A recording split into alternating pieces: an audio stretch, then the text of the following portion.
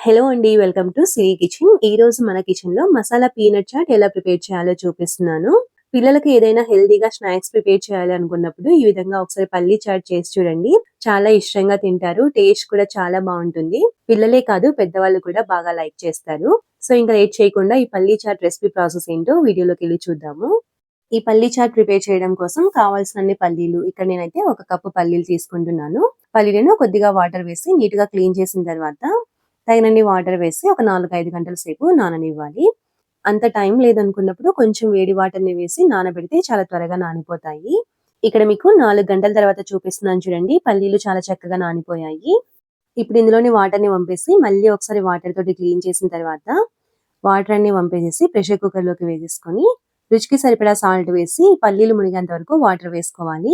ఇక్కడ నేను 1:30 cup water వేశాను. వాటర్ వేసిన తర్వాత మూత పెట్టి మీడియం ఫ్లేమ్‌లో 3-4 విజిల్స్ వచ్చేంత వరకు ఉడికించుకోవాలి.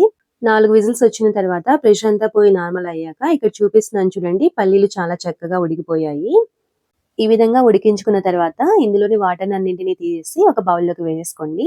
ఇప్పుడు ఇందులోకి రుచికి సరిపడా సాల్ట్ వేసుకోండి. ఆల్రెడీ మనం పల్లీలు ఉడికించే ముందు సాల్ట్ వేసాం కాబట్టి చూసుకొని వేసుకోండి.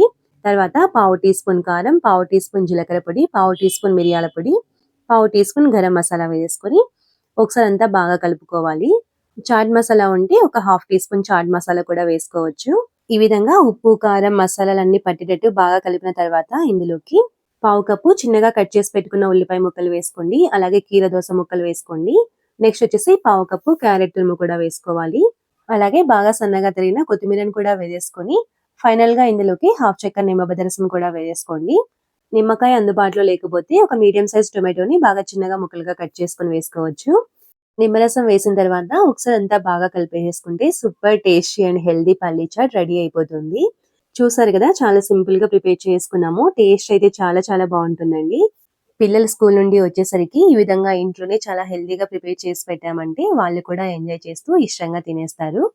మీరు కూడా ఈ రెసిపీని తప్పకుండా ట్రై చేసి ఎలా వచ్చిందో మీ వాల్యుబుల్ ఫీడ్‌బ్యాక్ ని నాకు కామెంట్ రూపంలో తెలియచేయండి.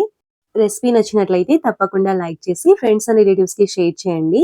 ఇలాంటి మరిన్ని హెల్దీ అండ్ టేస్టీ రెసిపీస్ కోసం మన ఛానల్ ని సబ్స్క్రైబ్ చేసుకొని పక్కనే ఉన్న బెల్ ఐకాన్ ని క్లిక్ చేయండి. Thanks for watching.